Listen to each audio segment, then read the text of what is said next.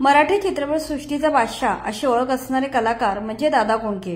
एकेकाळी डबघाईला आलेल्या मराठी चित्रपटसृष्टीला परत सुवर्ण दिवस दाखवणारा कलाकार म्हणजे दादा कोंडके। दादा कोंडके यांचे सलग 9 चित्रपट रौप्य महोत्सवी चालले असा रेकॉर्ड करणारे ते जगातले एकमेव अभिनेते आहेत। त्यांचे सोंगाड्या, एकटा जीव सदाशिव, आंधळा मारतो डोळा, पांडू हवालदार, रामराम गंगाराम, बोट लावीन तिथे गुदगुल्या हे चित्रपट तुफान गाजले। दादा कोंडके यांच्यानंतर आता त्यांची तिसरी पिढी चित्रपटसृष्टीत आली आहे। फार कमी लोकांना माहीत असेल, मराठी अभिनेता अक्षय वाघमारे हा दादा कोंडके यांचा नातू आहे। अक्षयची आजी ही दादा कोंडके यांची बहीण आहे, तर त्याची दुसरी ओळख म्हणजे तो अरुण गवळी यांचा जावई देखील आहे। अक्षय वाघमारे ह्याच्याविषयी बोलायचे तर तो मूळचा फलटणचा आहे।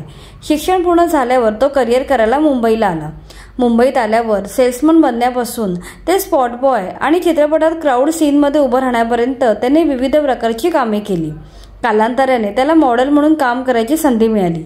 छोट्या मोठ्या अशा जवळजवळ 50-60 जाहिरातींमध्ये त्याने मॉडेलिंग केले। 2012 साली आलेल्या होऊ दे जरासा उशीर या चित्रपटातून त्याने अभिनय कारकिर्दीची सुरुवात केली।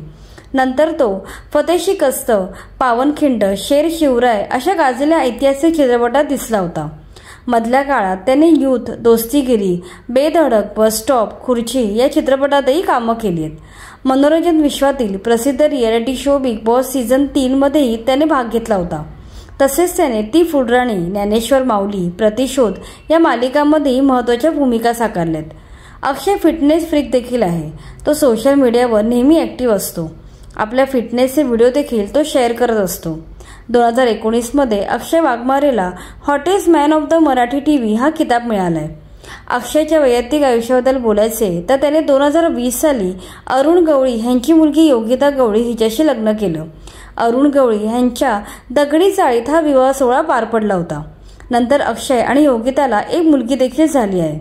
गेल्या महिन्यात रिलीज झालेल्या संत ज्ञानेश्वरांची मुक्ताई या चित्रपटात त्यांनी संत नरहरी सोनार यांची भूमिका साकारली होती। अशा प्रकारे अक्षय वाघमारे दादा कोंडके यांच्या पावलावर पाऊल ठेवून अभिनयाचा वारसा पुढे चालवत आहे।